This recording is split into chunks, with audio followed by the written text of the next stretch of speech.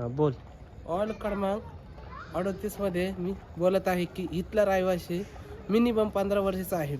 येणारा काळ म्हणजे पहिलं मी असताना एक 10 की 7-8 घरं मोफत होते. आता मिनिमम 150 की 200 घरं वाढल्यात.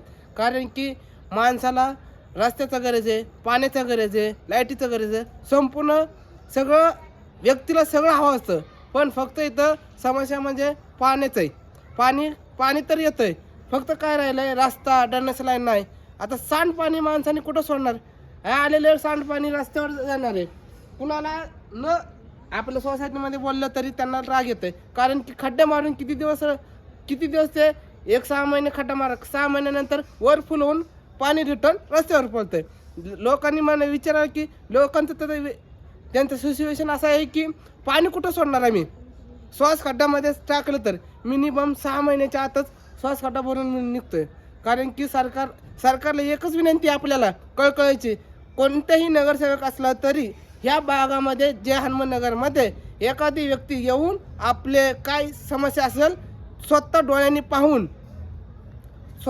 पाहून लोक कशी येतात कशी जातात. एक पावसाच्या काळी तर एक दिवस गाडी घरी पत्र जात नाही, घरापत्र गाडी जात नाही. माणसांनी गाडी खाली लावून चालत येतात त्यांचं एवढं धावपळ करून. आणि इथलं एकही नगरसेवक असं नाही की बाबा इलेक्शन आलं तरी जवळ येतात आणि इलेक्शन संपले तरी एकही नगरसेवकाचं लक्ष देणार नाही. आणि जेव्हा आपलं गरज त्यांना असेल ना तेव्हा फोन करून लोकांना बोलवतात, बाबा हा इथं आपल्या या ठिकाणी मिटिंग आहे, तेव्हा गोड बोलून सगळ्यांना बोलवतात. कारण की आपलं समस्या आपण बोलल्याशिवाय त्यांना कळू शकत नाही. ज्या दिवशी आपण इथं राहायला आलो की तेव्हा काहीच नव्हतं या भागामध्ये. जेव्हा लोकसंख्या वाढलं तर कोणीही लक्ष, आता लोकसंख्या वाढलं, जेव्हा आपलं आता इलेक्शन जवळ आले सगळे लोक येणार आहे. जेव्हा त्यांचं कामाचं मन असेल ना तेव्हा कोणीही येणार नाही.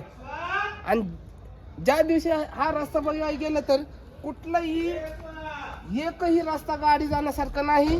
माणूस चालत गेलं तरी घसरत पडण्यासारखी अवस्था झालेली आहे.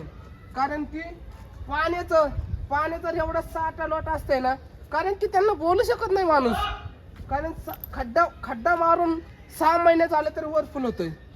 वरफुल झालं तर लोक काय म्हणतात, बाबा खड्डा मारून श्वास खड्डा करून ते कोणताही समस्या पूर्ण होत नाही. ज्या कोणताही नगरसेवक असेल या कामाचं पहिलं बघून घ्यावं आणि समोर येऊन तिथे लक्ष घालावं. आणि येणारा आपलं प्रभाग क्रमांक 38 मध्ये कोणी नगरसेवक असेल पहिलं रस्ता आणि ड्रेनेजचं सुविधा केले, त्यांना पहिलं सत्कार करून त्यांचं फुल त्यांना असं दिवाळीला एवढं फटाकडे वाजवणार त्यांचा सत्कार तेवढा जोरदार करीन मी. धन्यवाद.